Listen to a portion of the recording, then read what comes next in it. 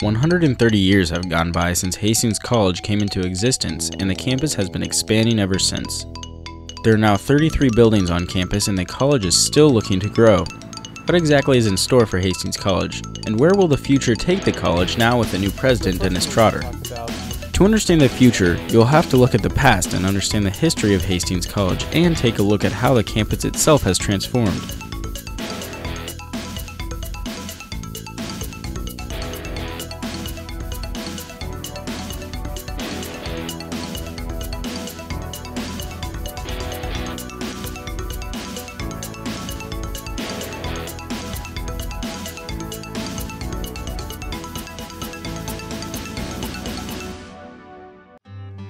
HC began in 1882 without a building of its own for the first year. McCormick Hall was the first building on campus and was completed and finished for use in 1884. McCormick was the center of Hastings College, and it was used for everything on campus from dormitories, classrooms, offices, and even the cafeteria. Before McCormick Hall was completed, it was soon realized that there would be a need for a second building on campus. This building would be known as Ringland Hall. It was completed during the 1884 to 1885 school year and was used as a women's dormitory at first. The money to build Ringland was raised within 60 days, $20,000 from the Hastings community and $10,000 from the citizens of Hastings. The next building on campus was Alexander Hall, and it was completed in 1907. This building was used exclusively as a women's dormitory, allowing Ringland Hall to be used for academics. In 1908, a library for the campus was completed. Until then, the library was held in McCormick Hall for the first 14 years and later moved to Ringland Hall for the next 10 years. In 1969, Carnegie Hall was transformed into what is now the Art Center. Ringland Hall was also used as a dining hall for the students, but in the 1920s, it started to get a little cramped. This led to the building of Taylor Hall in 1921. The basement was used as a cafeteria for the students but wasn't fully completed until 1938. Once it was fully completed, it was used as a women's dormitory. In 1924, it was decided that the campus was in need of a new chapel building. Hastings College had around 200 students enrolled, and it was getting bigger every school year. The chapel in McCormick wasn't able to hold the student body anymore. The temporary chapel had to be enlarged in 1928, just 4 years after it was originally built. The football team put on their helmets and helped move the walls so more students could fit into the building.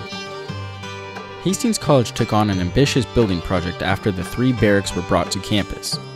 They wanted to build a chapel that would seat over 800 people and be permanent, unlike the temporary chapel they were currently using. This project turned into what would be the Calvin H. French Memorial Chapel. This building cost $400,000 and was finished in June 1950. Another building that was built during this time period was Weir Hall. Weir Hall was used as a men's dormitory and originally housed 84 men. This building was completed in 1950. The students petitioned to name this building in honor of the current Hastings College Dean. To commemorate the 75th anniversary of the college, 2 buildings were dedicated in 1956. Weir Hall of the Fine Arts and the Steinhardt Hall of Science. Weir Hall was home to practice rooms, music studios, classrooms, and other rooms for the Fine Arts Department. The Steinhardt Hall of Science housed all of the sciences, biology, chemistry, and physics, all under one roof.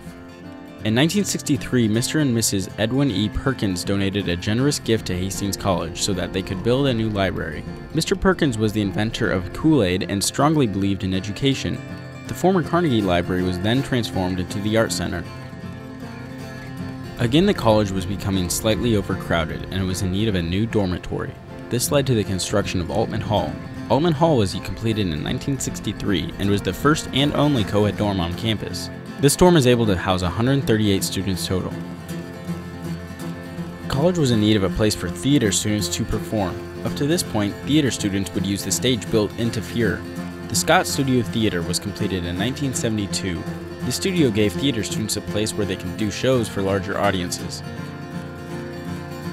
In 1988, Hastings College had President Reagan dedicate the Gray Center. But I'm delighted and honored to be here to dedicate the C.J. and Marie Gray Center for the Communications Arts. The Gray Center was used specifically for communications classes. Up to this point, communications classes were spread across campus with no central building.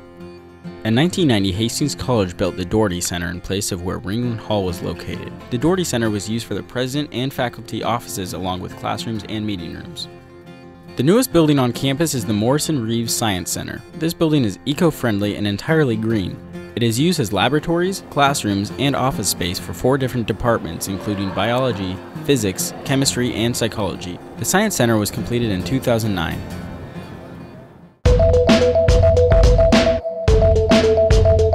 Where does Hastings College go next? 2011 had the biggest incoming freshman class. The dorms were bursting at the seams, with Altman using every available room, including the basement. Hastings College has recently received a new president, Dennis Trotter. President Trotter is looking to create a central meeting place on campus. Any campus community, obviously one thing that you see when you come on is the buildings, the way the campus looks, the way that it feels, so you have to pay attention to that. The first initiative that we need to take care of is student union and residence halls. Those are the big things that both students have asked me to pay attention to, and they're the greatest needs on campus right now. President Trotter is first going to focus on the student union and the residence halls. The student union is supposed to be a place for students to gather, but is currently just looked at as a cafeteria. Aside from a few meetings, the students don't gather there to socialize. There'll be probably a learning commons. Steinhardt will be renovated, so it'll become a learning commons where there'll be the learning center and some other academic and student offices in there.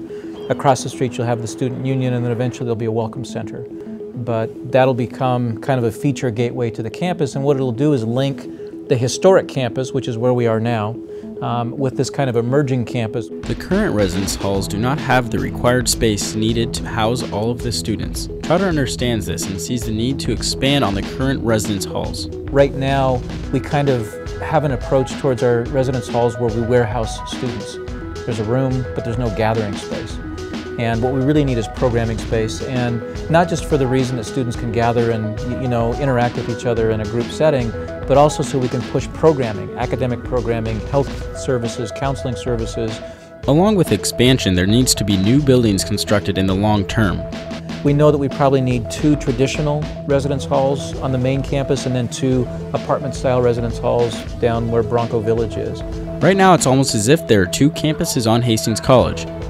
There's the historic campus where McCormick Hall and the Perkins Library are located, and then there's the emerging campus with the Gray Center and Fear Hall. This separation is mainly due to the fact that 9th Street currently splits the campus right down the middle.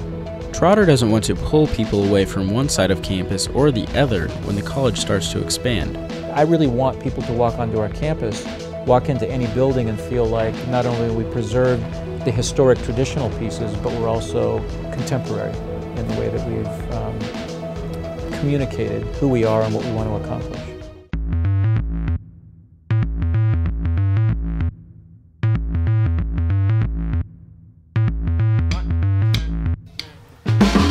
Hastings College has seen a lot of change in the past 130 years. No longer are the days when one building can hold the needs of the entire college. There are now 33 buildings on campus, and all specialize in something different. Every building serves a purpose in providing the students with an ideal learning environment.